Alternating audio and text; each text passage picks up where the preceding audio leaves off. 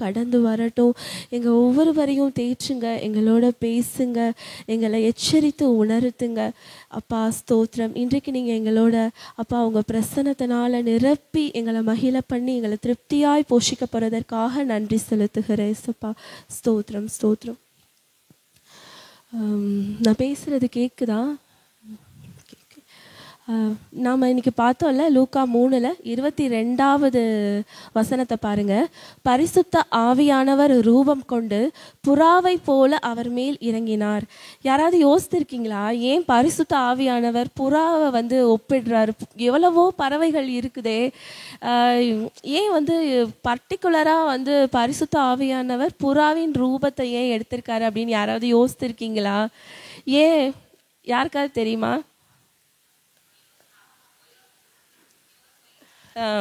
நானும் அப்படி தான் நினச்சேன். அது அழகாக இருக்குது. பரிசுத்தம் சொன்னோன்னா நம்ம என்ன பண்ணுவோம், ஒயிட்டாக இருக்குது. அப்போது ஆண்டவர் என்ன அப்படி, அப்போ ஒயிட்டாக இருக்கிறவங்க தான் பரிசுத்தம். ஆண்டவர் என்ன வெளி தோற்றத்தை பார்க்குற ஆண்டவரா? வேற ஏதாவது? Okay, very good. கபடம் இல்லாதது. ஓகே, இப்போ நம்ம பரிசுத்தம்னு எடுத்துக்கிட்டோன்னா இதுதான் ரொம்ப முக்கியம். ஆண்டவர் இருதயத்தை பார்க்குறவர் இல்லையா? அப்போ வெளி தோற்றம் அவருக்கு ஒரு பிரச்சனையே இல்லை. புறாலே மொத்தம் 344 டைப்ஸ் இருக்குது அப்படின்னு சொல்கிறாங்க ஆராய்ச்சியாளர்கள். அப்போது ஒயிட் கலர் மட்டும் கிடையாது. நான் அப்படி தான் யோசிச்சுட்டு இருந்தேன், ஏன் ஆண்டவர் பரிசுத்த ஆவியானவர் புறாவை ஒரு இதை எடுத்திருக்காரு? அப்போ ஏதோ ஒரு ரீசன் இருக்கும் இந்த புறாவுக்கு அப்படின்ட்டு நான் உட்காந்து தியானிக்க ஆரம்பிச்சும் போது கர்த்தர் எனக்கு வெளிப்படுத்தினதை நான் உங்களோட பேச போகிறேன். நமக்கு அது உதவும். அப்போது இந்த புறாக்கு கிட்ட இருக்கிற ஒரு சுவாரஸ்யம் என்னன்னா, அதாவது ஃபஸ்ட்டு புறா ஒரு சிஸ்டர் சொன்னாங்க கபடற்றது அப்படின்னு சொல்லிட்டு. இப்போ பரிசுத்தம் அப்படின்னு கிட்டால், இப்போ புறா பார்த்தானா இறைச்சி சாப்பிடாது. அப்போ நான்வெஜ் சாப்பிடலைன்னா அது பரிசுத்தமா? அதுவும் கிடையாது. வெஜிடேரியன் சாப்பிட்றவங்க மட்டும்தான் பரிசுத்தமானவங்களா? காய்கறி கீரை அந்த மாதிரி அப்படி அதுவும் கிடையாது. அப்போது இருதயத்தை பார்க்குறவர் இல்லையா? அப்போது இருதயத்தின் பரிசுத்தம் நம்ம ஆண்டவருக்கு ரொம்ப பிடிக்கும். ஏற்கனவே நான் ஒலிவ இலை பற்றி சொல்லும்போது சொன்னேன்ல, பரிசுத்தம் ஆண்டவருக்கு ரொம்ப ரொம்ப பிடிக்கும், பியூரிட்டி. அப்போது இந்த புறா கிட்ட இருக்கிற ஒரு ஸ்பெஷல் குவாலிட்டி என்னன்னா, புறா ஒரு ஜோடி, இப்போ ஒரு ஜோடி புறா இருந்ததுன்னா அதோட ஜோடியோட கடைசி வரைக்கும் அதோட ஜோடியோட தான் இருக்குமா. அது இறக்குற வரைக்கும் அந்த ஜோடியை விட்டு பிரியாதான். ஒருவேளை சப்போஸ் அந்த புறாவோட ஜோடி இறந்து போயிட்டா அது ரொம்ப ரேரம். ஆராய்ச்சியாளர்கள் சொல்கிறாங்க, இன்னொரு துணையை தேடிக்கிறது ரொம்ப ரேரம். அப்போது அந்த இது மற்ற பறவைகள் கிட்டலாம் நம்ம பார்க்க முடியாது. கோழியெல்லாம் பார்ப்பீங்க, கோழி நிறைய பறவைகள் அதாவது இஷ்டப்படி அவங்க இருக்குங்க, இதுதான் துணை அப்படின்லாம் கிடையாது. இந்த பரிசுத்தை தான் ஆண்டவர் பார்க்குறாரு கடைசி வரைக்கும். இதுலேருந்து நமக்கு ஆவியானவர் என்ன சத்தியத்தை உணர்த்துறாங்க, ஏன் ஆவியானவர் புறாவை ரூபம் கொண்டிருக்காங்கன்னா, கர்த்தர் நமக்கு மத்தேயு 28:20 ஒரு வசனம் சொல்லியிருப்பார் இல்லையா? இதோ உலகத்தின் முடிவு பரியந்தம் சகல நாட்களிலும் நான் உங்களோடு கூட இருப்பேன்னு சொல்லலை, இருக்க போகிறேன்னு சொல்லலை, ப்ரெசண்ட் இருந்து நீங்கள் எவ்வளோ நாள் இந்த உலகத்தில் இருப்பீங்களோ, யாரும் உங்களை கைவிட்டாலும் சரி, கூட பிறந்தவங்க, நம்ம வாழ்க்கை துணை, நம்ம பெற்றோர்கள், நம்ம பிள்ளைகள், யார் நம்மளை இடையில விட்டுட்டு போனாலும் சரி, கர்த்தர் என்ன சொல்கிறாரு, நம்மளோட உலகத்தில் நீ இருக்கிற வரைக்கும் நான் உன்னை கைவிட மாட்டேன். அப்போ ஆண்டவர் இந்த வசனத்தை நமக்கு உணர்த்துறாரு. இதோட அதுதான் இந்த பரிசுத்த ஆவியானவரும் நமக்கு அதை உணர்த்துறார். நம்ம வார்த்தை ஆனவரும் நம்ம பரிசுத்த ஆனவரும் ஒரே மாதிரி தான். அவங்க நம்ம ஏசப்பாவுக்கு என்ன பிடிக்குமோ அதே தான் நம்ம பரிசுத்த ஆவியானவருக்கு பிடிக்கும். அப்போ பாருங்க, இந்த இடத்துல அந்த உண்மை, அந்த புறா கிட்ட இருக்கிற அந்த உண்மை, அது நினைச்சா யாரோடனாலும் ஜோடியா இருக்கலாம். ஆனால் அந்த ஒழுக்கம், அந்த உண்மை, நேர்மை ஆண்டவருக்கு ரொம்ப பிடிச்சது. பார்த்தீங்களா? எல்லாத்துலேயும் அந்த 100% அவர் கொஞ்சம் கூட குறைய எதிர்பார்க்க மாட்டார். அது மரமா இருந்தாலும் சரி, மரத்திலே இது 100% ஆக்சிஜன் கொடுக்குதுன்னு பார்க்குற ஆண்டவர் நம்ம ஆண்டவர். அப்போ புறாவை செலக்ட் பண்ணியிருக்காருன்னா சும்மா இருக்குமா? வேற ஏதாவது ரீசன் இருக்கும்ல, இது மட்டும் ரீசனாக இருக்காது இல்லையா? இன்னொரு இந்த புறாவை பற்றி அதனால தான் ஆண்டவர் சொல்லியிருப்பாரு, நான் ஓ மணவாளன், நம்மளை மணவாட்டி ஆகிய சபைன்னு சொல்லியிருப்பார். ஆணோ பெண்ணோ எல்லாரையுமே சேர்த்து மணவாட்டி ஆகிய சபை. ஏன்னா நமக்கு மணவாளன் யாரு? ஒரே ஒரே ஒருத்தர் தான், கர்த்தர் மட்டும்தான். நம்ம இந்த உலகத்துல ஜீவிய காலம் முழுவதும் கர்த்தர் ஒருவரே தெய்வம். அவரை தவிர இந்த கல்லையோ மண்ணையோ தெய்வம் அல்லாதவைகளையோ மக்கள்லாம் வணங்கிட்டு இருக்காங்க. அவங்களுக்கு போய் நம்ம அவங்களுக்கு ஒரு சாட்சியா வாழ்றது மட்டும் இல்லாம அவங்களுக்கு சுவிசேஷத்தை அறிவிக்கிறதுக்காக தான் கர்த்தர் மணவாட்டியாகிய சபையை நம்மளை வச்சிருக்காரு. புரியுதா? அதனாலதான் அவர் மணவாளன் அப்படின்னு சொல்றாரு. அது புரியுதில்ல எல்லாருக்கும். உன்னத பாட்டு 6:9 எடுத்துக்கோங்களேன். அதுல கூட ஆண்டவர் சொல்லியிருப்பாரு. யாராவது வாசிக்க முடியுமா? 6:9 என் புறாவோ என் உத்தமியோ ஒருத்தியே. அப்போது போதும் போதும் போதும் போதும். இந்த இடத்துல ஆண்டவர் என்ன சொல்றாருன்னா, என் புறாவோ என் உத்தமியோ ஒருத்தி. அதாவது இது எதை குறிக்குதுன்னா, நான் சபை அப்படின்னு மொத்தமா சொல்றாரு. நம்ம மணவாளன் நமக்கு நமக்கு ஒரே மணவாளன் தான். அதே மாதிரி ஆண்டவர் என்ன சொல்றாரு, எனக்கு ஒரே சபை தான். நம்ம எல்லாரையுமே அவர் ஒன்னாதான் பார்க்குறாரு. அவர்கிட்ட வேற்றுமையின் நிழல் இல்லை, பட்சபாதம் இல்லை. மனுஷங்க தான் ஒரு ஒரு ஒரு கேட்டகரி வச்சுருப்பாங்க இல்லையா, இவங்க நல்லா படித்தவங்க, இவங்க பணக்காரவங்க. ஆனால் கர்த்தர்கிட்ட அந்த வேற்றுமையின் நிழலே கிடையாது. நம்ம எல்லாரையும் அவர் ஒரே மாதிரி தான் பார்க்குறாரு, எல்லாரையும் ஒரே மாதிரி தான் நேசிக்கிறாரு. அதனால தான் அவர் இந்த பரிசுத்த ஆவியானவரை நம்ம எல்லாருமே பெற்றிருக்கோம். அதனால தான் பரிசுத்த ஆவியானவர் ரட்சிக்கப்பட்ட சபைக்கு ரட்சிக்கப்பட்ட ஒவ்வொருத்தருக்குள்ளேயும் அவர் என்ன போட்டிருக்காரு, முத்திரை போட்டிருக்கார். சரி, அடுத்தது இந்த புறாக்கிட்ட இருக்கிற ஒரு இன்ட்ரெஸ்டிங் ஒரு என்ன குவாலிட்டி என்னன்னு சொல்லி பார்த்தோன்னா, அதாவது புறா சாப்பாடு சாப்பிடுமா. அது சாப்பாடு சாப்பிட்டு முடிச்சதுக்கு அது இறை தானியங்களாக எடுத்துக்கிறோம். தானியம் சாப்பிட்டு முடிச்சதுக்கு அப்புறம் கல்லுகளை எடுத்து சாப்பிடுமா. யாராவது பார்த்துருக்கீங்களா? புறா வளர்க்குறவங்க பார்த்துருக்கீங்களா? கல்லை எடுத்து சாப்பிடும். கல்லை எடுத்து சாப்பிடுமா. இது என்னது ஆண்டவரே நான் கேட்டேன். ஆண்டவரே, ஏன் இந்த கல்லை சாப்பிட்றதுக்கும் பரிசுத்த ஆவியானவருக்கும் தொடர்பு இருக்கா அப்படின்னு சொல்லி நான் கேட்டேன். அப்போ ஏசப்பா எனக்கு வெளிப்படுத்தினாங்க. ஏசாயா 28:16 யாராவது எடுத்து படிக்க முடியுமா? 28 ஏசாயா 28:16 16வது வசனம். யாராவது சத்தமா படிங்க. ம் ம் ம் ம் ம் போதும் சிஸ்டர். அதாவது நான் வாசிக்கிறேன், எல்லாரும் பாருங்க. எல்லாரும் எடுத்துட்டீங்களா? ஏசாயா 28.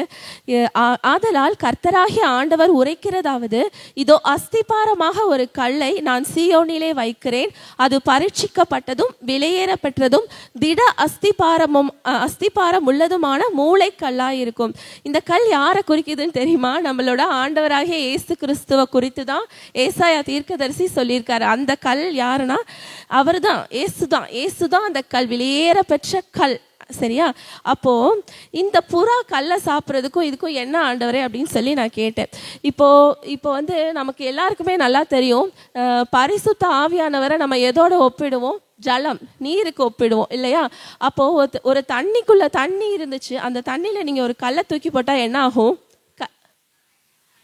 கலங்கும். அப்புறம் என்ன ஆகும்? அந்த கல் எங்க போகும்? கீழே போயிடும். எங்க தண்ணி எது வரைக்கும் இருக்கோ அது வரைக்கும் போயிடும் இல்லையா? அப்ப ஆழத்தை நோக்கி அந்த கல் போகுது. இதுதான் நமக்கு அந்த ஆவியானவர் உணர்த்துறார். ஆவியானவர் துணை இல்லாம நம்ம வேதத்தை படிக்கவே முடியாது.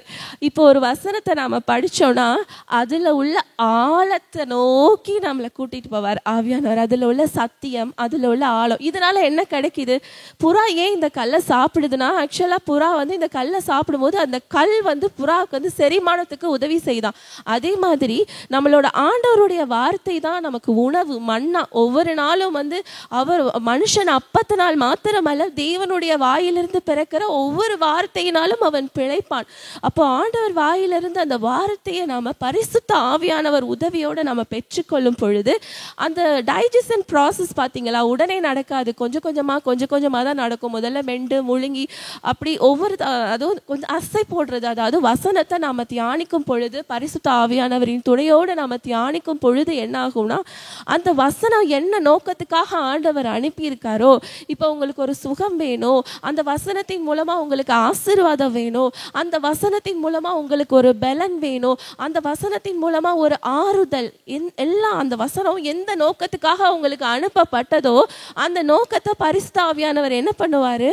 உங்களுக்கு நிறைவேற்றி கொடுக்க உதவி செய்வார். புரியுதா?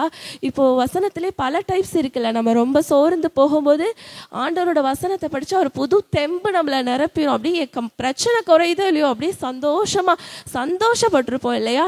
எத்தனை பேருக்கு அந்த அனுபவம் கிடைச்சிருக்கு?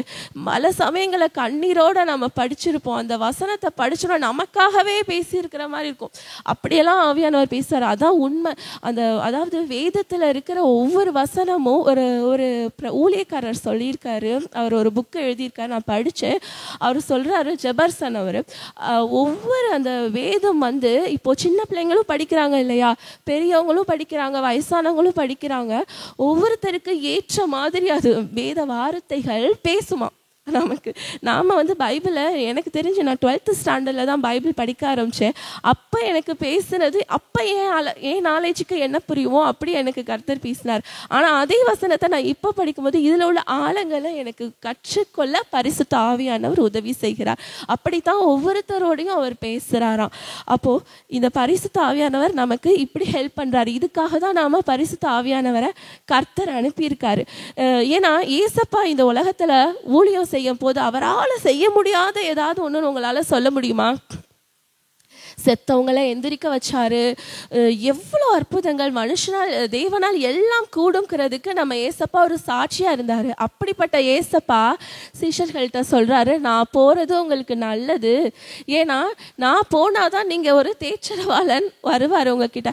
அப்போ ஏசப்பாவால கூடாதது எதுவுமே இல்லை. அவ்வளோ அற்புத அடையாளங்களை செஞ்ச ஏசப்பாவே நமக்கு கொடுக்குறாரு. அவர் வாயாலே சொல்றாரு, நான் போனா உங்களுக்கு ஒரு தேச்சரவாளனை அனுப்புவேன். அவர் என்ன பண்ணுவாரு, நம்மளை ஏசப்பா இருந்து 3 வருஷம் பண்ற ஊழியத்தை அவர் நமக்குள்ள வந்து நம்மளுக்கு ஊழியம் செஞ்சு நம்மளை பிறருக்கு ஊழியம் செய்ய வச்சிருவார் பரிசுத்த ஆவியானவர்.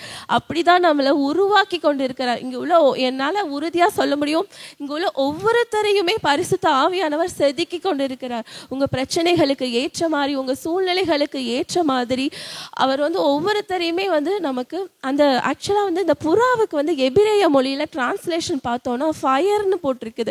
அதனால தான் அந்த பரிசுத்த ஆவியானவர் வந்து அக்கினிமயமான நாவுகளை உடையவர், அந்நிய பாஷை அக்கினி. அந்த அக்கினி என்ன பண்ணும், தேவையில்லாத அக்கினி கிட்ட எதை போட்டாலும் என்ன பண்ணும், சுட்டு எரிச்சிரும். அதே மாதிரி தான் நம்ம பரிசுத்த ஆவியானவர் நம்ம தேவையில்லாத நம்ம பிரச்சனைகளை அவர் சுட்டு எரிச்சிருவார். சத்துரு கொண்டு வருகிற அந்த தேவையில்லாத சிந்தனைகளா இருக்கட்டும், இருதயத்துல குப்பைகளா இருக்கட்டும், என்ன குப்பை இருதயத்துல அவர் இருக்கிற இடத்துல எதுவும் இருக்க முடியாது, அந்த அக்கினி மட்டும்தான் இருக்க முடியும். ஸோ அதுதான் வந்து இந்த புறா மூலமா நமக்கு ரெப்ரசன்ட் பண்றாரு, சுட்டி காமிக்கிறாரு. அடுத்து இந்த புறா கிட்ட இருக்கிற ஒரு ஃபேக்ட் என்னன்னா, அதாவது வந்து புறா வந்து எல்லா பறவைகளுமே குஞ்சுகளுக்கு சாப்பாடு ஊட்டும் இல்லையா? அது வந்து ஏதாவது புழுவோ பூச்சியோ வாயில கொத்திட்டு வந்து அது வந்து சாப்பாடு ஊட்டும். ஆனால் இந்த புறா என்ன பண்ணுமா, சாப்பாடு ஊட்டுறதோடு இல்லாமல் அது வந்து அது உடம்புல அது வாயிலிருந்து ஒரு என்சைம் சுரக்குமா. அது வந்து ஒரு பால் மாதிரி இருக்கும் அப்படின்னு சொல்லி பறவை ஆராய்ச்சியாளர்கள் சொல்கிறாங்க. கிட்டத்தட்ட அது வந்து நம்ம தாய்ப்பாலுக்கு ஈக்குவல். இப்போ வந்து தாய்ப்பாலில் தான் குழந்தைங்களுக்கு தேவையான அந்த என்சைம், ஜீரண சக்திக்கு தேவையான என்சைம் இதெல்லாம் வந்து சுரக்குது அப்படின்னு சொல்லிட்டு, அதனால தான் தாய்ப்பால் கொடுக்கறது 6 மாதம் வரைக்கும் ரொம்ப வந்து இம்பார்ட்டன்ட் சொல்லி டாக்டர்ஸ் வலியுறுத்துறாங்க. வேறு வழியே இல்லைன்னா தான் புட்டிப்பால் கொடுக்குறாங்க. அப்படியே புட்டிப்பால் கொடுத்தாலும் அது கவனிச்சிருக்கீங்களா, அது வந்து ஜீரணமாகிறதுக்கு ஒரு மருந்தும் கூடவே கொடுப்பாங்க, அதோட ஆட் பண்ணி கொடுக்கறதுக்கு. அது வந்து என்சைம், அந்த சீக்கிரம் வந்து அந்த பால் வந்து குழந்தைங்களுக்கு டைஜஸ்டிவ் என்சைம் சுரக்கிறதுக்கு ஒரு என்சைமே சேர்த்து தான் கொடுப்பாங்க. மருத்துவராக இருக்கிறனால நான் சொல்கிறேன். அது மாதிரி இந்த புறா என்ன பண்ணுமா, தான் குஞ்சுகளுக்கு இறைய ஊட்டுறதோடு மட்டும் இல்லாமல் அது வாயிலேருந்து ஒரு என்சைமை பால் மாதிரி சுரந்து கொடுக்குமா. கிட்டத்தட்ட நம்ம பால் கொடுக்குற மாதிரியே குழந்தைங்களுக்கு. அப்போ இது வந்து எதை குறிக்குது அப்படின்னு சொல்லி பார்த்தோன்னா, 1 பேதுரு 2:3 நான் வாசிக்கட்டுமா? நீங்கள் வளரும்படி, எல்லாரும் எடுத்துக்கோங்க, வேகமாக எடுத்தவங்க வாசிங்க. 1 பேதுரு 2:3. ஆனால் எல்லாரும் வாசிக்கணும், அப்போதான் உங்களுக்கு நான் சொல்றதெல்லாம் புரியும். நீங்கள் வளரும்படி புதிதாய் பிறந்த குழந்தைகளைப் போல திருவசனமாகிய களங்கமில்லாத ஞானப்பாலின் மேல் வாஞ்சையாயிருங்கள். இப்போ இது வந்து இதுதான் நமக்கு பரிசுத்த ஆவியானவர் செய்கிறாரு. நாம என்ன பண்ணணும்னா, அவர் ஒரு கண்டிஷனோட சொல்றாரு. நமக்கு வந்து இதுல ஒரு கண்டிஷன் வைக்கப்படுது. என்னன்னா, நமக்கு வந்து பரிசுத்த ஆவியானவர் நமக்கு போஷிக்க தயாரா இருக்காரு. அந்த வார்த்தைகள் வந்து நமக்கு ஜீரணமாறதுக்கு நம்மளை பலப்படுத்த அவர் தயாரா இருக்காரு. ஆனா நாம என்ன பண்ணணுமா, அதாவது புதிதாக வளரும்படி புதிதாய் பிறந்த குழந்தைய போல மாறிடணுமா. அப்படின்னா என்ன அர்த்தம்? இந்த சிஸ்டர் சொன்னாங்கல்ல, கபடமில்லாத தன்மை. பிறந்த குழந்தை எதை நினைச்சாலும் ஒன்லி பாலுக்காக மட்டும்தான் அழுவும். வேற எதுக்காவது அழுமா? டிஸ்கம்ஃபோர்ட், வேற ஏதாவது அதுக்கு வந்து பிரச்சனை அப்படின்னா தான் அழுகும். ஒன்லி அதோட தேவைன்னா என்ன? பால் தான். பால் வேணும், பால் வேணும், பால் வேணும், அவ்வளோதான். மித்த ஏதாவது சின்ன சின்ன தொந்தரவுகள், டிஸ்கம்ஃபோர்ட், தாயோட அரவணைப்பு, அது என்ன தொந்தரவாக இருந்தாலும் தாய் தூக்குனா என்ன பண்ணும்? அது அழுகையை நிப்பாட்டிரும் இல்லையா? அது மாதிரி தான் நமக்கு வந்து அந்த மாதிரி நம்ம மாறணும் அப்படிங்கிறது நம்மளோட நம்ம ஏசப்பா ரொம்ப அதை விரும்புகிறாங்க. அதுக்கு தான் வந்து சொல்கிறாங்க. அதாவது வந்து ஏசாயா 26:8 ஒரு வசனம் இருக்கு, நான் வாசிக்கிறேன். கர்த்தாவே, உம்முடைய நியாய தீர்ப்புகளின் வழியிலே உமக்கு காத்திருக்கிறோம். உமது நாமமும் உம்மை நினைக்கும் நினைவும் எங்கள் ஆத்தும வாஞ்சியாக இருக்கிறது. நம்மளோட வாஞ்சியெல்லாம் எதுவா இருக்கணுமா? ஆண்டவரோட வார்த்தை அப்படின்னு சங்கீதக்காரன் சொல்வார் இல்லையா, நான் கர்த்தரோட வசனத்தை இரவும் பகலும் தியானிச்சு கொண்டிருக்கிறேன். மான்கள் நீரோடைய வாஞ்சிக்கிறது போல என் ஆத்துமா உங்க மேல வாஞ்சியா இருக்குது ஆண்டவரே. இது வந்து அவர் ராஜாவாயிட்டு சொல்லியிருப்பாரு. இந்த மாதிரி நிறையா இருக்கு. ஏசாயா தீர்க்கதரிசி நமக்கு சொல்றாரு, அவர் வந்து நீங்க உங்க நினைப்பு தான் என்னோட வாஞ்சியா இருக்கு ஆண்டவரே. அப்படி நம்ம வாஞ்சியா இருந்தோம்னா ஆவியானவர் நமக்கு வந்து என்ன பண்ணுவாராம், இந்த திருவசனமாகி அந்த களங்கமில்லாத ஞானப்பால நமக்கு புகட்டுவாராம். அந்த வாஞ்சை வந்து எப்படி வரும் அப்படின்னு நீங்க யோசித்தீங்கன்னா, இருதயத்துக்கு இப்போ வந்து நல்லாவே தெரியும். இப்போ ஒரு நாள்ல நீங்க வந்து அது எப்படி நம்ம தெரிஞ்சுக்கிறது? அப்படி ஆவியானவர் தான் உங்களை நடத்துறாரு அப்படின்னு எப்படி தெரிஞ்சுக்கிறலாம்?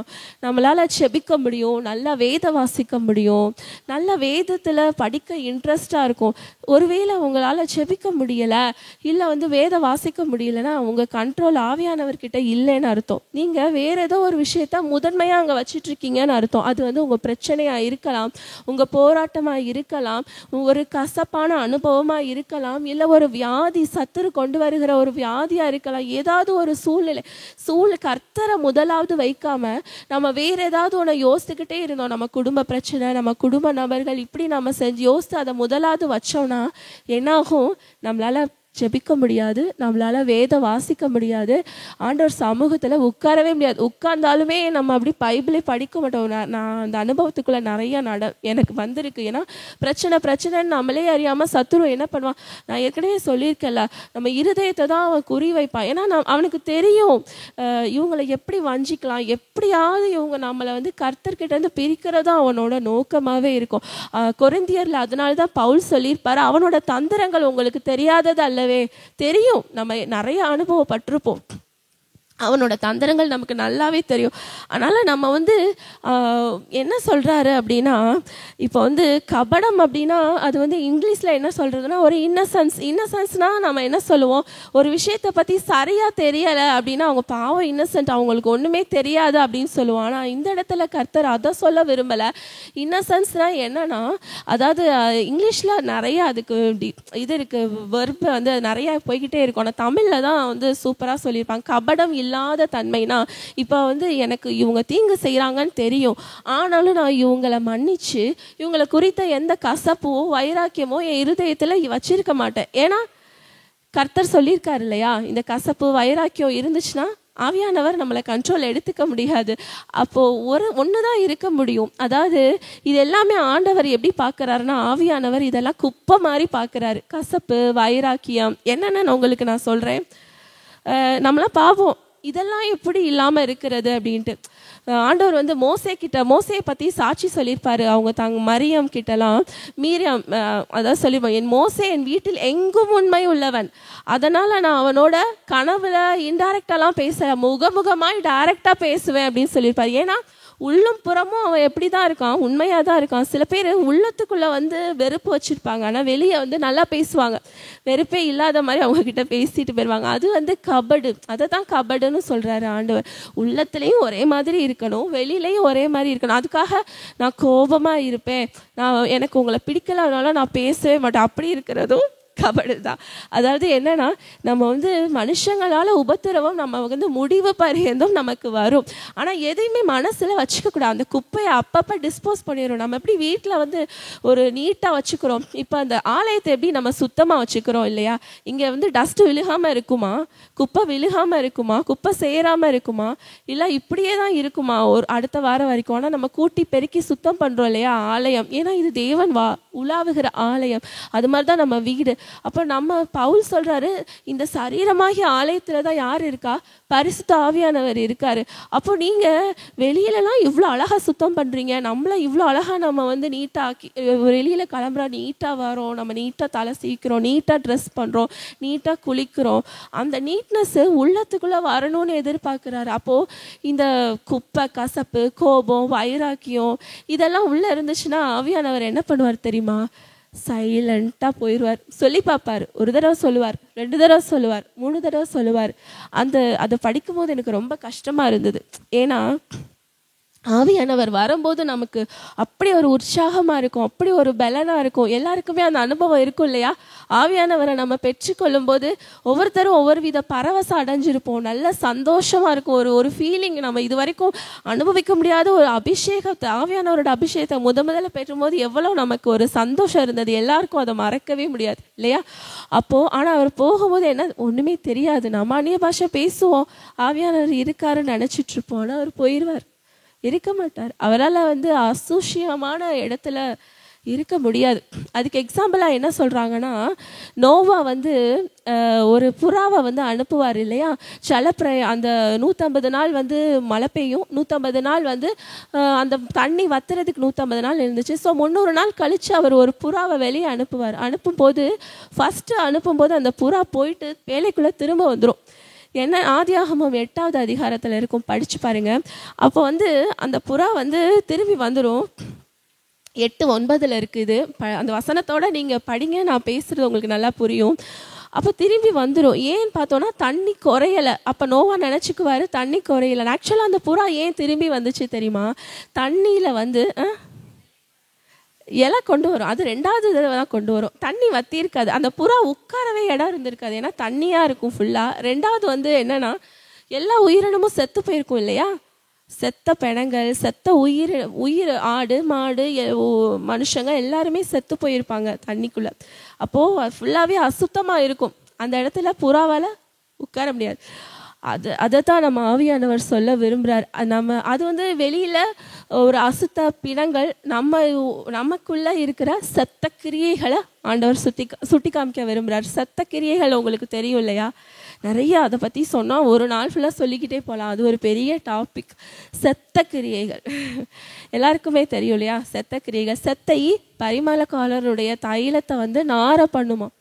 ஆமாம், எவ்வளோ நீங்கள் கர்த்தருக்காக செஞ்சாலும், ஏன் ஊழியமே பண்ணாலுமே சொல்கிறார் ஆண்டவர், நீங்கள் பெரிய ஊழியக்காரங்களாகவே இருந்தாலுமே ஒரு செத்த என்ன பண்ணுமா, உங்களோட அந்த ஹோல் பரிமள தைலங்கிறது நல்லா தெரியும்ல. நம்ம அவ்வளோ ஸ்மெல், அவ்வளோ வாசனையாக இருக்கும். ஏசப்பாவுக்கு கூட அதை வந்து பூசினாங்க, காயத்தை ஆற்றும் தன்மை கொண்டது. அப்போது எல்லாமே வேஸ்ட்டாக போயிடும் நம்ம கர்த்தருக்காக செஞ்ச எல்லாமே. அதனால தான் ஆவியானவர் வந்து ரொம்ப துக்கப்படுறார், ரொம்ப வேதனைப்படுறார். அவர் அன்றியும் மீட்கப்பட்ட நாளுக்கென்று முத்திரையாய் பெற்ற நம்ம ஆவியானவரை துக்கப்படுத்தாதிருங்கள்னு வசனம் சொல்லுது நமக்கு. அப்போது அவரை துக்கப்படுத்தக்கூடாது. ஏன்னா அவர் துக்கப்படுத்தினா, நீ என்னை துக்கப்படுத்துறான்னு போட்டு நச்சரிக்க மாட்டார். ஏன் தெரியுமா? அவர் ரொம்ப ஜென்டில் காட். ஜென்டில்னஸ்னால் என்ன தெரியுமா? அதாவது கேட்டால் பேசுவாங்க, அமைதியாக இருப்பாங்க. அதனால தான் நம்ம வந்து ஜென்ஸ் எல்லாரும் ஜென்டில் மேன் சொல்லுவோம். உமன் அப்படி இருக்க மாட்டோம், பேசிக்கிட்டே இருப்போம். பேச கிடைச்சா பேசிக்கிட்டு வருவோம். ஆனால் ஜென்ஸ் வந்து அப்படி இருக்க மாட்டாங்க. எல்லாரும் பெரும்பாலும் எப்படி இருப்பாங்கன்னா அமைதியாக இருப்பாங்க, சைலண்ட்டாக இருப்பாங்க, தேவையானதை பேசுவாங்க. நம்ம ஒன்று அது மாதிரி தான். நம்ம கூப்பிட்டா அவர் வருவார், நம்ம உதவி கேட்டால் அவர் உதவி செய்வார். நாம் அவரை தள்ளி வச்சுட்டோம்னா அவர் பாட்டுக்கு அமைதியாக இருப்பார். அவர் வந்து நான் தான் செய்வேன், நான் தான் அவனுக்கு செய்வேன் ஃபோர்ஸ் பண்ணவே மாட்டார். நீங்கள் எவ்வளோ தான் நல்ல நீங்கள் அப்படியெல்லாம் ஆண்டவர் பாரபட்சம் பார்க்க மாட்டார். நீ நல்லவ, நீ பாவம் ஊழியம் பண்ணுற, நீ வந்து எனக்காக இவ்வளோ பிரயாசப்படுறேன். ஜென்டில்னஸ் தான் எல்லாருக்குமே. ஜென்டில் காடுன்னு அதனால தான் அவர் சொல்கிறாரு. அவரை ஒதுக்கி வைக்க ஆரம்பிச்சிட்டோம். அவரை முதல்ல வைக்காம முதலாவது தேவனுடைய புறாவை பார்த்துருக்கீங்களா? புறா ஏன் மாட புறான்னு பேர் வந்துச்சு தெரியுமா? கோழி பறவைகளுக்கெல்லாம் கூடு கீழே வச்சு அடைப்பாங்க. புறாவுக்கு மட்டும் பார்த்தீங்கன்னா உயரமாக மாடத்தில் தான் கட்டியிருப்பாங்க இருக்கு மாடப்புறா. ஏன்னா புறா நேச்சுரலாகவே அதோட ஹேபிட் என்னன்னா கீழே இருக்காது, உயரமான சவர். இப்போ இந்த இடத்துல புறாவை விட்டோன்னா மாடியில் போய் நிற்கும், மொட்டை மாடியில் போய் நிற்கும். எங்கே உயரம், அதுக்கு உயரம் ரொம்ப பிடிக்கும். உயரமும் உன்னதமான கர்த்தரை நோக்கி தான் நம்மளோட சிந்தனை. அந்த அவர் பெரியவர், அவரை தான் நம்ம முதல்ல வைக்கணும். அந்த உயரமும் உன்னதமானவர் தான், அது தான் அந்த புறா ரெப்ரசன்ட் பண்ணுது நமக்கு. அது மட்டும் இல்லை, புறா கண்மலை வெடிப்புகளில் இருக்கும் நம்ம பார்க்குறோம். அந்த கண்மலை தெரியும், அடிக்கப்பட்ட கண்மலை நம்மளோட ஏசப்பா. கண்மலை வெடிப்புங்கிறது கிறிஸ்துவுக்குள்ள வாழுகிற ஒரு ஜீவியம். அடுத்து தண்ணீர் நிறையா இருந்துச்சுன்னா தண்ணீர்கள் அண்டையில் புறா இருக்குமா? தண்ணீர் பரிசுத்த ஆவியானவருக்கு. அந்த மாதிரி புறாவை பார்த்தீங்கன்னா அப்படியே இருக்கு. கர்த்தரோட வசனத்துக்கும் புறாவுக்கும் அப்படி ஒரு ஒற்றுமை. பரிசுத்த ஆவியானவர் அதனால தான் புறாவை செலக்ட் பண்ணியிருக்காரு. ஆராய்ந்து பார்க்கும்போது அவ்வளோ இன்ட்ரெஸ்டாக இருந்துச்சு எனக்கு. அப்போ அதுதான் ஆண்டவர் சொல்ல விரும்புகிறாரு. நாம் முதலாவது தேவனை தான் முதல்ல வைக்கணும். பிரச்சனையோ நம்ம குடும்பத்தையோ, அது விக்கிரகம் மாதிரி ஆயிரும் இல்லையா? விக்கிரகம் மாதிரி ஆனனால தான் நம்ம செத்த கிரியைகளுக்கு நம்ம இடம் கொடுத்து எல்லாமே வேஸ்ட்டாக போயிடுது. ஆவியானவர் ரொம்ப துக்கப்படுறார். ஐயோ, என் பிள்ளை இப்படி ஆசீர்வாதத்தை பெறாமல் இருக்கிறதுக்கு காரணம் அதுக்குள்ளே இருக்கிற செத்த கிரியை தானே. எப்படியா நம்ம மேலே ரொம்ப பாசமாக இருக்கிறனால தான் நமக்கு உணர்த்துறாரு இதெல்லாம். ஓகே, 1 பேதுரு 2:2 வாசிங்களேன். என்னென்னு கர்த்தர் இன்னைக்கு நம்ம ஒவ்வொருத்தரோடையும் பேசுவார். நீங்கள் ஆவியானவரை துக்கப்படுத்திருந்தீங்கன்னா தயவு செய்து மன்னிப்பு கேட்டு அவர் ஒரு ஜென்டிலாக மன்னிச்சு, ஆண்டவரே ஆவியானவரே உங்களை துக்கப்படுத்தியிருந்தேன்னா என்னை மன்னிச்சிருங்க, நான் உங்களை வரவேற்கிறேன், நீங்கள் தான் என்னை ஆளுகை செய்யணும், என்னோட இருதயத்தில் இருக்கிற குப்பைகளை நான் இன்னைக்கு பலிபீடத்தில் வைத்து சுட்டரிக்கிறதற்கு ஒப்பு கொடுக்குறேன்னு ஜெபம் பண்ணிடுங்க. என்னென்ன கர்த்தர் உங்களுக்கு உணர்த்துறாரு. 1 பேதுரு 2:2 வாசிங்க. எல்லாரும் வாசிங்க சேர்ந்து. கபடத்தையும் வஞ்சகங்களையும் பொறாமைகளையும் சகலவித புறங்கூறுகள் ஒழித்துட்டு போதும். இதெல்லாம் பார்க்கும்போது நமக்கு எப்படி டச்சிங் ஆகுது இல்லை? ஐயோ, நம்ம இதெல்லாம் பண்ணியிருக்கோமே உணர்த்துறோம்ல. ஏன்னா நம்ம வாய் சும்மாவே இருக்காது இல்லையா? அப்போது அதே மாதிரி தான் எபேசியர் 4:29, 30, 31 சேர்ந்து படிங்களேன். எல்லாரும் சேர்ந்து படிப்போம். எபேசியர் 4 29 30.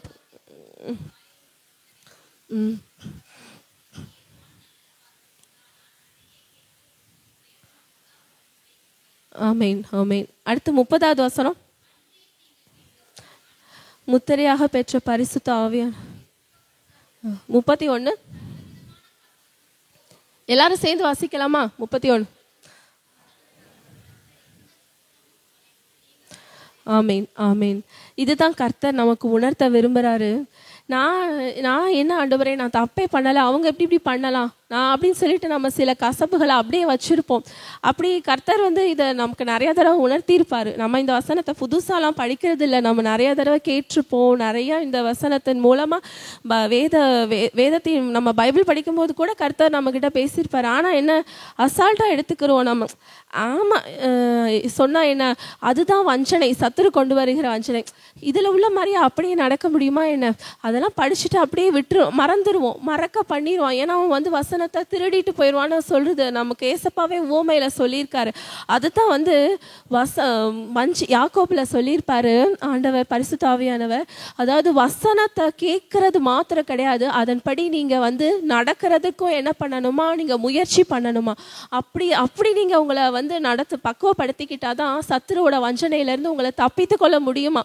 கேட்டுட்டு இந்த காதில் வாங்கிட்டு சரி பார்த்துக்கலான்னு போனால் அவனோட வஞ்சகத்துக்கு நம்ம வந்து தப்ப முடியாது அப்படின்ட்டு நம்ம வசனத்தை கை கொள்ளுகிறவராக இருக்கணுமா. நீதிமொழிகளில் சொல்லப்படுது, பலியை பார்க்கலும் உத்தமமானது எதுனா கர்த்தரோட நீதியை நடப்பிக்கிறது தான் உத்தமம்.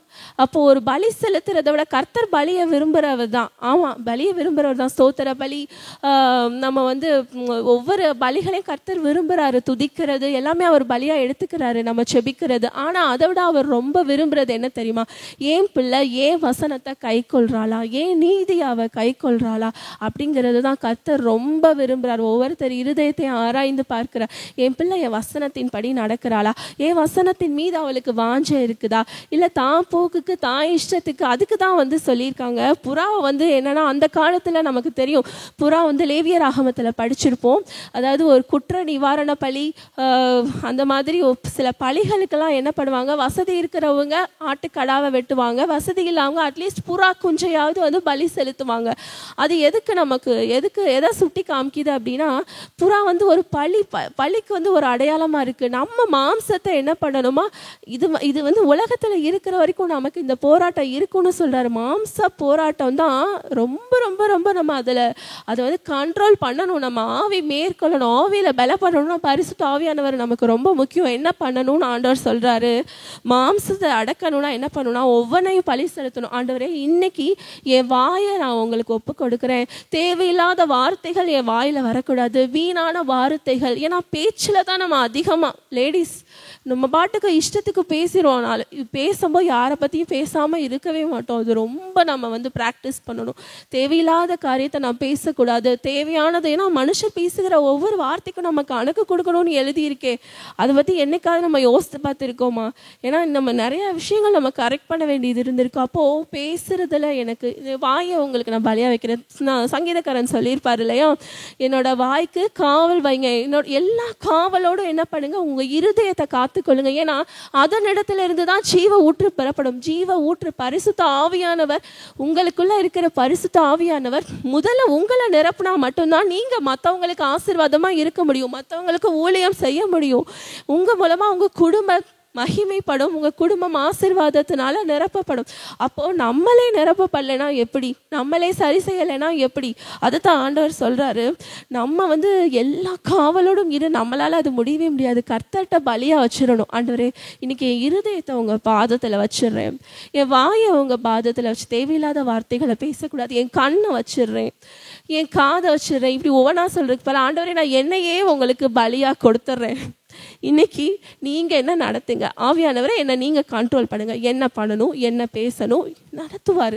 உண்மையிலே ஒரு ஊழியக்காரர் சாட்சியாக சொன்னார், பேர் சொல்ல விரும்பலை. அவர் இப்போவும் நாகர்கோயிலில் நல்ல ஊழியம் பண்ணிட்டு இருக்கார். அவரோட மெசேஜ்லாம் எனக்கு ரொம்ப பிடிக்கும், எல்லாருமே கேட்டிருப்பீங்க.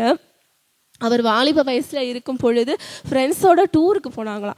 டூருக்கு போகும்போது நல்லா ஜாலியாக, ஜென்ட்ஸ் மட்டும் போனால் தெரியும்ல, நல்லா ஜாலியாக என்ஜாய் பண்ணுவாங்க. என்ஜாய் பண்ணிட்டு ஒரு ரூமில் வந்து அவர் தான் லீடர் மாதிரி ஃப்ரெண்ட்ஸ் எல்லாம் கூட்டிகிட்டு வந்தாராம். அப்போது பணத்தை எல்லார்கிட்ட இருந்து கலெக்ட் பண்ணி நிறையா பணம் வச்சுருந்ததை ஒரு ஹோட்டல் முதலாளி பார்த்துருக்காரு. அப்போ இந்த பணத்தை எப்படியாவது, இவங்ககிட்ட இருக்கிற பணத்தெல்லாம், சின்ன பசங்களாக இருக்காங்க, இவங்ககிட்ட இருக்கிற பணத்தெல்லாம் எப்படியாவது வந்து ஒரு குறுக்கு வழியில் நம்ம வந்து அபகரிச்சிடணும்னு அவர் என்ன பிளான் போட்டாருன்னு தெரியல. அப்போது இந்த மாதிரி இந்த ரூமை வந்து பார்த்துக்கிறோம் நாங்கள் அப்படின்னு இவர் சொல்லியிருக்காரு, இந்த பாஸ்டர்.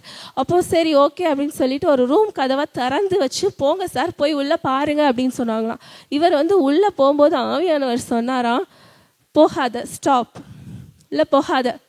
ஏன் ஆவியானவரே, நான் உள்ளே போய் பார்த்து தான் நான் வந்து, அவர் எதுவுமே பேச முடியலையா, ஒரே வார்த்தை இருதயத்தில் ஆவியானவர் உள்ளே போகாத, ஸ்டாப் அப்படின்னு சொன்னாராம். ஒன்றுமே புரியலையா. 3 தடவை அந்த வார்த்தை வந்து உள்ளத்துல இருந்து அப்படியே யாரோ பேசுன மாதிரி ஆச்சோம். உள்ளே போகாத, ஸ்டாப், அவ்வளோதான். அவர் அப்படியே வெளியே வந்துட்டாராம். அவருக்கு புரியவே இல்லையா. அப்புறம் வந்துட்டு, நீ இந்த ஹோட்டலை விட்டு முதல்ல கிளம்பு அப்படின்னு ஒரு எச்சரிப்பு சத்தம்.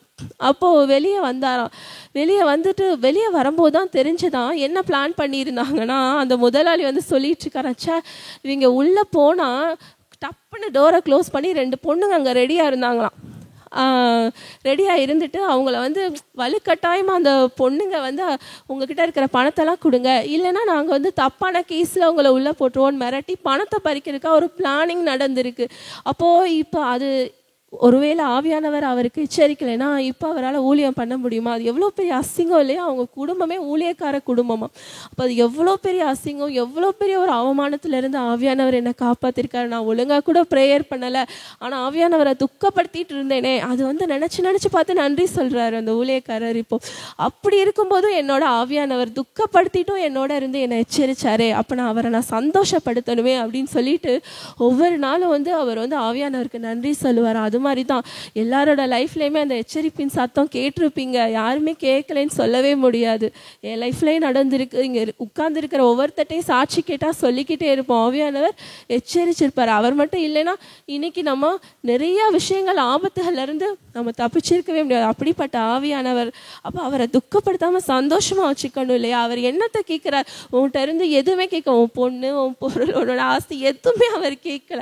உன் இருதயத்தின் பரிசுத்தம், இருதயத்தில் என்னோட நீதியை நீ வச்சிருந்தா அதுவே எனக்கு போதும் அப்படின்னு சொல்றாரு. அதை செய்ய மாட்டோமா நம்ம? நமக்காக அந்த ஆவியானவரை நம்ம எப்படி பெற்றிருக்கோம் தெரியுமா? என்ன விலைக்கிரகம் செலுத்தியிருக்காரு தெரியுமா? சங்கீதம் தாவீது சொல்லியிருப்பார் இல்லையா? சங்கீதம் 68:13. சங்கீதம் 68:13 நான் படிக்கிறேன். வெள்ளியினால் அலங்கரிக்கப்பட்ட புறாச்சிறு. இதுக்கு அர்த்தம் என்ன தெரியுமா? நம்ம வந்து அடுப்பின் அடியில் கிடந்தோம்னா ஒரு அடிமைத்தனத்தில் நம்ம இருந்தோம். ஒரு ரட்சிக்கப்படுறதுக்கு முன்னாடி வெள்ளியினால் அலங்கரிக்கப்பட்டனா, அந்த காலத்தில் ஒரு அடிமையை மீட்கிறதுக்கு என்ன பண்ணுவாங்களாம்? வெள்ளி காசு கொடுத்து தான் மீட்பாங்களாம். இப்போ நமக்கே தெரியும்ல, ஏசப்பாவையே எவ்வளோ காசுக்கு பேசுனாங்க? 30 வெள்ளி காசுக்கு தான் பேரை பேசுனாங்க. அப்போது ஒரு அடிமை, இப்போ யோசேப்பையும் அப்படி தான் 20 வெள்ளி காசுக்கு அவனை போய் வித்துட்டு இருந்தாங்க, அப்படித்தானே? அப்போது ஒரு அடிமையை வந்து வாங்குறதுக்கு மீட்கிறதுக்கு எதுக்கு என்ன யூஸ் பண்ணுறாங்கன்னா வெள்ளி யூஸ் பண்ணுறாங்க. அதே மாதிரி தான் நம்மளும் அடிமைத்தனத்தில் இருந்தோம். அந்த அடிமைத்தனம் அந்த சத்துருவின் கட்டுகளில் இருந்து மீட்டு கொண்டு வந்தது இயேசு கிறிஸ்துவினுடைய அந்த ரத்தம். அந்த விலைக்கிரயம் செலுத்தி அவர் 6 மணி நேரம் சிலுவையில் கடைசி சொட்டு ரத்தம் வரைக்கும் அவர் நமக்காக சிந்தியிருக்கார். இந்த உலகத்தில் யார் நமக்காக அவ்வளோ பாடுபடுவா? யார் நமக்காக? அதுவும் அவருக்காக நம்ம எதுவுமே பண்ணதில்லை. ஆனால் நம்மளோட பாவங்களை அவர் ஒரு குற்றம் கூட அவர்கிட்ட சொல்ல முடியாது. அப்படிப்பட்டவர் நமக்கு இவ்வளோ செய்யும் போது அவருக்காக நாம் அவரோட வசனத்தின்படி நடக்க மாட்டோமா? அப்போ அதுதான் ஆவியானவர் விரும்புகிறார். அந்த மீட்கும் நம்மளை அப்படி தான் மீட்சிருக்காரு. அப்படி மீட்டு அப்படி விலைக்கிரயம் செலுத்தி வாங்கப்பட்டதான் யார்? நம்ம பரிசுத்த ஆவியானவர். நாம் நினச்சிட்ருக்கோம் ரட்சிக்கப்பட்டதுனால சும்மா நமக்கு இலவசம்னாலே நம்ம ரொம்ப சீப்பாக நம்ம அதை ஹேண்டில் பண்ணுவோம் தெரியுமா? ஒரு ப்ரிஷியஸாக நம்ம பார்க்கவே மாட்டோம். விலை கொடுத்து லட்சக்கணக்கில் வாங்குகிற ஒரு இம்பார்ட்டன்ஸ் கூட ஃப்ரீக்கு கிடையாது. நம்ம ஃப்ரீயாக கிடைக்கிற ஒரு பொருளுக்கு நாம் வந்து அதை இது பண்ணவே மாட்டோம். அதுதான் ஆண்டவர் சொல்கிறார். மீட்டு அந்த பரிசுத்த ஆவியானவரை நாம் முத்திரையா பெறதுக்கு கர்த்தர் எவ்வளோ விலைக்கிரயம் செலுத்தியிருக்காரு தெரியுமா? தன்னோட கடைசி சொட்டு ரத்தம் வரைக்கும் அவர் சிந்தியிருக்காரு. அந்த விலைக்கிரயத்தை செலுத்தி தான் நமக்கு வந்து இந்த பரிசுத்த ஆவியானவரை நமக்கு கொடுத்திருக்காரு. அடுத்து பசு பொன் நிறமாகி அந்த இறகுகளின் சாயல், அது எதை குறிக்குது தெரியுமா? கர்த்தருடைய மகிமை நம்ம மேலே உதிக்கிறதற்கு, கர்த்தருடைய மகிமை நம்ம மேலே உதிக்கிறதுக்கு இந்த பரிசுத்த ஆவியானவர் இல்லாமல் ஒன்றுமே செய்ய முடியாது. பாருங்க, சிம்சோன் அந்த பரிசுத்த ஆவியானவர் இழந்து போனது அவர் தெரியாமல் மறுபடியும் வந்து என்ன பண்ணார்? அப்படியே என்னால் முடியும், அந்த ஆவியானவர் வரும்போது அவருக்குள்ள ஒரு பலன் வரும் இல்லையா? எத்தனை என்னமோ இரும்பு கூட அப்படி கயிறு மாதிரி அறுபட்டுருணும். ஆவியானவர் விட்டுட்டு ஒரு தப்பு பண்ணார், விபச்சாரம் பண்ணார். ஆவியானவர் போனது அவருக்கு தெரியலை. ஆனால் ஆவியானவர் இருக்கிறாருன்னு நினச்சி அதே பலத்தோட போய் என்ன பண்ணாரு? தோத்து போயிட்டாரு. கண்ணை குருடாக்கி விட்டாங்க, மாவாட்டை விட்டுட்டாங்க. அதே மாதிரி தான் ஆவியானவரை நம்ம இழந்து போனோன்னா நம்ம அதை விட ஒரு மோசமான ஒரு சூழ்நிலை எதுவுமே கிடையாது. கண்கள் இருந்தும் குருடாக வரப்படுவோம். ஆவியானவர் இல்லைன்னா நமக்கு தேவ சித்தம் தெரியாது, தேவ திட்டம் தெரியாது. ஆனால் புறச்சாதி மக்களுக்கும் நமக்கும் வித்தியாசமே தெரியாது. பேரளவுக்கு கிறிஸ்டியன் சொல்லி வாழ்ந்துட்டு போயிடுவோம். நமக்கு எந்த நோக்கத்துக்காக வந்து ஏன் வந்தோம், ஏன் வாழ்கிறோம், ஏன் இருக்கோம் அப்படிங்கிறதே தெரியாமல் நம்ம வாட்டுக்கு வீணாக போயிடுவோம். அதுதான் வந்து சொல்கிற, கண்கள் இருந்தும் நம்ம குருடாக போயிடுவோம். அந்த வேதத்தின் வெளிச்சமே அவர் தான். அப்போது ஆவியான நிறையா எழுதி வச்சேன், டைம் ஆயிடுச்சு, அதனால் வந்து இதோட நான் முடிக்கிறேன். அந்த ஆவியானவரை நம்ம துக்கப்படுத்தாமல் இருக்கணும். 2 கொரிந்தியர் 10:5. இதை மட்டும் நான் வாசித்து சொல்லி முடிக்கிறேன். தேவனை அறிகிற அறிவிற்கு விரோதமாக எழும்புகிற எல்லா மேட்டிமையையும் நிர்மூலமாக்கி எந்த எண்ணத்தையும் கிறிஸ்துவுக்கு கீழ்ப்படிய சிறைப்படுத்துகிறவர்களாக நம்ம இருக்கணும். கர்த்தரை அறிகிற அறிவுக்கு விரோதமாக எழும்புகிற எல்லா மேட்டிமையான எண்ணங்கள் 2 கொரிந்தியர் 10:5 எல்லாவற்றையும் என்ன பண்ணணுமா? கிறிஸ்து இயேசுவுக்குள்ள நம்ம சிறைப்படுத்தணும். கிறிஸ்து தான் முதல்ல. எனக்குள்ள பிசாசு பண்ற தந்திரமே அதான். வசனம் இதெல்லாம் நீ நினைச்சிட்டு இருக்க உனக்கு கர்த்தர் வசனம் கொடுத்தாருன்னு, இது உனக்கு நடக்காது. நிறைய பேருக்கு இந்த மாதிரி வஞ்சனை இருதயத்துல தோன்றி நீ ஏன் நம்பிட்டு இருக்க நடக்கணும் உனக்குலாம் இது நடக்காதுன்னு சொல்லுவான். வசனத்தை படிக்கும்போது நமக்கு கர்த்தர் வாக்குத்தத்தம் கொடுத்திருப்பாரு, பல தடவை அதை உறுதிப்படுத்தி இருப்பாரு, பல தடவை பரிசுத்தவான்கள் மூலமா நமக்கு கன்ஃபார்ம் பண்ணியிருப்பாரு. ஆனா பிசாசு நீ அப்படி நினைச்சிட்டு இருக்க, இந்த வாக்குத்தத்தம் உனக்கு நடக்க போறதில்ல. ஓ இதெல்லாம் உனக்கு நடக்குமா, நீ என்ன நல்லவனா, நீ நல்லவளா, அப்படி குற்றப்படுத்துவான். ரெண்டாவது என்னன்னா அந்த வசனமே பொய்ன்னு காமிப்பான். இது இவங்களுக்கு ஆபிரகாமுக்கு சொல்லப்பட்டதான், உனக்கு கிடையாது, இது இந்த சூழ்நிலைக்கு, அப்படி நம்மளை வஞ்சிப்பான். அந்த அதுதான் அந்த சிந்தனை தான் கிறிஸ்துவை தேவனை அறிகிற அறிவிற்கு விரோதமாக எழும்புற எந்த மேட்டிமையான எண்ணத்தையும் என்ன பண்ணணுமா? நம்ம கிறிஸ்துவுக்குள்ள சிறை பிடிக்கிறேன். வேண்டாம், எனக்கு கர்த்தரை அறிகிற அறிவு தான். நான் அவரை அறிஞ்சிக்கிட்டே இருப்பேன், இன்னும் அவரை நெருங்கிக்கிட்டே இருப்பேன். அவரை பற்றி நான் தெரியணும்னா என்ன பண்ணணும்? வேதத்தை படிக்கணும். அவர் அறிகிற அறிவில் நம்ம வளர்ந்துட்டே போகணும். இந்த வேதத்தை சொல்கிறாங்க, எத்தனையோ பரிசுத்தவான்கள் பல தடவை படித்து முடிச்சிட்டாங்களா, 3 மாதத்துக்கு ஒரு தடவை படித்து முடித்தவங்கலாம் இருக்காங்க.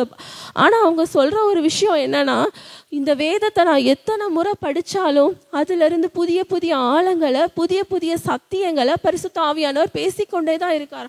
ஆழம் போய்கிட்டே தான் இருக்கே ஒழிய இதுதான் அப்படின்னு ஒரு ஃபுல் ஸ்டாப் யாருக்குமே அந்த ஒரு நிறைவு கிடைச்சதே இல்லையா. அந்த ஒரு ஸ்பெஷாலிட்டி நம்ம பரிசுத்த வேதாகமத்துக்கு இருக்கு. மித்த புக்ஸ் எல்லாம் நாம ஒரு தடவை 2 தடவைக்கு மேலே படிக்க மாட்டோம், நமக்கு இன்ட்ரெஸ்ட் போயிடும். ஆனால் இந்த வேதம் மட்டும்தான் எப்போ படித்தாலும் புதிய புதிய ஆழங்கள், நம்ம எல்லாருக்குமே ஆவியானவர் ரெடியாக இருக்கார். புதிய புதிய ஆழங்கள், புதிய புதிய சத்தியங்கள். சரி இதெல்லாம் கிடைச்சி எனக்கு என்ன இம்பார்ட்டன்ட், எனக்கு தேவை இருக்குதே, எனக்கு எனக்கு நிறையா வீட்டில் வியாதி இருக்குது, கடன் இருக்குது, எனக்கு ஆசீர்வாதம் வேணும், அதெல்லாம் எதுவுமே நீங்கள் ஒரி பண்ண தேவையில்லை. கர்த்தரை அறிகிற அறிவு, கர்த்தரை பிரியப்படுத்தணும், கர்த்தரை முதலாவது வைங்களேன். இது எல்லாமே சகல ஒரு ஆசீர்வாதம் கூட குறையாம கர்த்தர் நீங்க மேலே பார்க்க பார்க்க பார்க்க கீழே உங்களுக்கு என்னென்ன தேவையோ அதெல்லாம் நிரம்பி வழிகிற மாதிரி கர்த்தர் கொடுத்துருவார். ஆமீன். ஆமாம், அதான் உண்மை. நாம் கீழே பார்த்துட்டோம், முடிஞ்சிச்சு. கீழே அது சத்துரோட பெரிய வஞ்சனையே என்ன, நீ கீழே பாரு, மேலே பார்க்காத. தாவீது அப்படிதான் கீழே பார்த்தாரு, முப்பரியில மாடியில் நின்று கீழே பார்த்தாரு, அவரோட பேர் ஸ்பாயில் ஆயிடுச்சு. ஆனால் அதுலேருந்து அவர் வெளியே வந்துட்டார். ஆனால் நான் சொல்கிறேன், நம்ம கீழேனா என்னன்னா பூமிக்குரிய ஆசீர்வாதங்கள் கட்டாயம் தேவ பிள்ளைகளுக்கு உண்டு. அது இல்லைன்னு ஆண்டவர் சொல்லவே கிடையாது. நீ பூமிக்குரிய ஆசீர்வாதத்தை தேடாதன்னு ஆண்டவர் சொல்கிறதே கிடையாது. அது நமக்கு அதிகமாகவே உண்டு. உன் ஆத்துமா வாழ்கிறது போல நீ எல்லாவற்றிலும் வாழ்ந்து சுகமாக இருப்பாய் தான் வேத வசனம் சொல்லுது. நீ சுகமாக இருக்கணும், நீ எப்படி நீ நித்தியமாக எப்படி ஆண்டவரோட சுகமாக இருக்க, அது மாதிரி இங்கேயும் நீ குறைவில்லாமல் இருக்கிறது தான் ஆண்டவரோட பிள்ளைங்களுக்கு அடையாளமே அதுதான். ஆனால் நம்ம என்ன பண்ணணும், ஆசீர்வாதம் எவ்வளோ ஆசீர்வாதம் இருந்தாலும் ஆசீர்வாதத்துக்கு மேலே நம்ம கண்ணு போயிடவே கூடாது. அவர் தான் எனக்கு நிறைவான பலன், அவர் தான் எனக்கு முதல்ல. அப்படி வச்ச ஒரு வாழ்க்கை வாழ்ந்து பார்த்தீங்கன்னா ஆவியானவர் சந்தோஷப்படுவார். இன்னைக்கு நம்ம என்ன பண்ண போகிறோம்னா, கர்த்தர் நம்ம எல்லாரோடையும் பேசியிருப்பார் இல்லையா, எல்லாரோடையும் பேசியிருப்பார். என்னென்னத்தை விடணும், என்னென்னத்தை ஒப்பு கொடுக்கணும், பேசினது எல்லாத்தையும் ஆவியான நம்ம இன்னைக்கு நம்ம உண்மையாக இருதயத்தின் ஆழத்திலிருந்து ஒப்பு கொடுக்க போகிறோம். ஆவியானவரை துக்கப்படுத்தியிருந்தோன்னா மன்னிப்பு கேட்டு அவரை ஜென்டிலாக நம்ம ஒரு அந்த ஜென்டில் காடை நம்ம வரவேற்று நம்ம மறுபடியும் நம்ம நம்மளோட ஆவிக்குரிய வாழ்க்கையில் முன்னேறி செல்றதுக்கு நாம் இன்னைக்கு ஒப்பு கொடுத்து ஜெபிக்கலாமா? ஆண்டவரே இயேசுப்பா, எல்லாரும் எந்திரிச்சு நின்று ஜெபிக்கலாம். அன்பினாவியானவரே, விலையேற பெற்றவரே, இணையாலும் பரிசுத்தரே, நன்றி ஐயா. அன்பினாவியானவரே, விலையேற பெற்றவரே, இணையாலும் பரிசுத்தரே, நன்றி ஐயா. ஒரு மகிமையின் மேகம்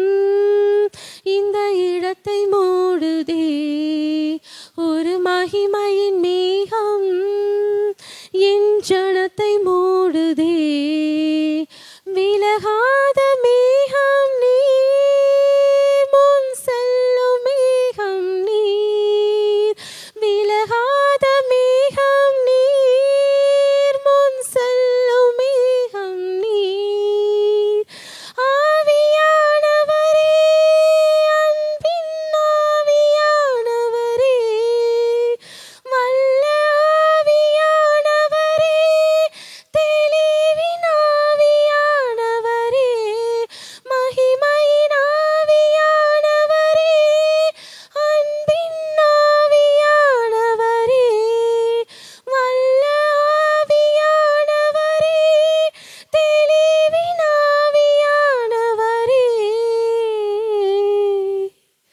ஒரு மகிமையின் மேகம் இந்த இடத்தை மூடுதே, ஒரு மகிமையின் மேகம் என் ஜனத்தை மூடுதே, விலகாத மேகம் நீர், முன் செல்லும் மேகம் நீர்.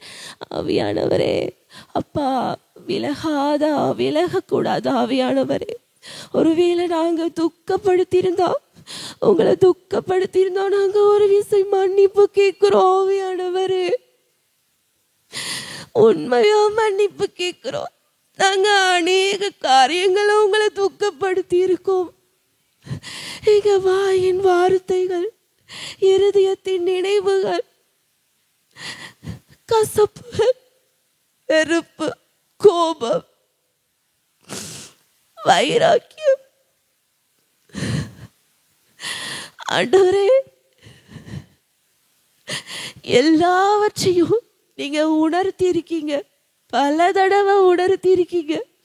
உண்மையா இந்த பலிபீடத்துல சொல்ற இந்த வார்த்தைகள் எனக்கும் தான் ஆவியானவரே, எனக்கும் தான் நீங்க பேசி இருக்கீங்கப்பா. மன்னிப்பு கேட்கிறோம், உண்மையா மன்னிப்பு கேட்கிறோம். உங்களை துக்கப்படுத்திட்டு நாங்க என்னப்பா செய்ய போறோம்? கண்கள் இருந்து குருடா போயிருவோம் ஆவியானவரே. வேதத்தின் வெளிச்சம் எங்களுக்கு தெரியாம போயிரும். நீங்க இல்லைன்னா அப்புறம் இயேசுவும் எங்களுக்கு தூரம் ஆயிடுவாரு. ஏசப்பாவுக்கு நீங்க தேவைப்பட்டீங்க பரிசுத்த ஆவியானவரே. உங்க வல்லமையினால நிரப்புனீங்க ஆண்டவர். அற்புத அடையாளங்களை செய்யறதற்கு பரிசுத்த ஆவியானவரோட வல்லமை இயேசுவுக்கு தேவைப்பட்டது. மனுஷனா பிறந்த எங்களுக்கும் தேற்றரவாளரே, உம்மை போல எங்களை நேசிக்க யாருண்டு அப்பா? உண்மையா உங்களுக்கு எங்களை அர்ப்பணிக்கிறோம். ஜீவ பலியாக எங்க அவயவங்களை நாங்க இன்னைக்கு அர்ப்பணிக்கிறோம். எங்க கண்ணு பாவம் செஞ்சிச்சுன்னா மன்னிச்சிருங்க. எங்க வாயின் வார்த்தைகள், எங்க உதடுகளுக்கு காவல் வைங்க பரிசுத்த ஆவியானவரே. அப்பா, கேட்க கூடாததை கேட்டிருந்தோனா யாராவது புறம் கூறியிருப்பாங்க, அதை கூட கேட்டிருப்போம், மன்னிச்சிருங்க அப்பா. மற்றவங்களை பத்தி வீணா பேசியிருந்தோம், மன்னிச்சிருங்கப்பா. உங்களை நாங்க துக்கப்படுத்த மாட்டோம் ஆவியானவரே. மன்னிப்பு கேட்கிறோம், மனதார மன்னிப்பு கேட்கிறோம் அப்பா. பரிசுத்த ஆவியானவரே, எங்க ஒவ்வொருவரையும் நிரப்புங்க. கணுக்கால் அளவு எங்களுக்கு போதாது, நாங்க நிரம்பி வழிகிற பாத்திரமா இருக்கணும். எப்படி வெளியில கை கழுவுறதுக்கு வைக்கப்பட்ட கற்சாடியில ஜீவ தண்ணீர் நிரம்பி கர்த்தரோட வார்த்தையானவர் உத்தரவு கொடுத்த உடனே அது மகிமையான திராட்சை ரசமா, முந்தின ரசத்தை காட்டிலும் பிந்தின ரசத்தினோட டேஸ்ட் எல்லாரையும் பேச வச்சது. அது போல இந்த வெறும் மண் ஆண்டவரை நாங்க மண் பாண்டோம். கொரிந்தியருக்கு பவுல் சொல்றாரு, கொரிந்த சபைக்கு பவுல் எழுதும் போது சொல்றாரு, மண் பாண்டோம், நாம மண்ணு உடஞ்சு போயிரும் கீழே போட்டா. ஆனா இந்த மண் பாண்டத்துக்குள்ள மகிமையின் நம்பிக்கையாக ஒரு பொக்கிஷமாக அவர் இருக்காரு. கிறிஸ்து மகிமையின் நம்பிக்கையாக நமக்குள்ள இருக்கார். அந்த மகிமையின் நம்பிக்கையானவரை நம்ம ஒருபோதும் துக்கப்படுத்திடக்கூடாது. அவரை பொக்கிஷமா பார்க்கணும். உலகத்தின் ஆசீர்வாதங்கள், சொந்த பந்தங்கள், இவைகளை நாம முதலாவது வைத்தரக்கூடாது.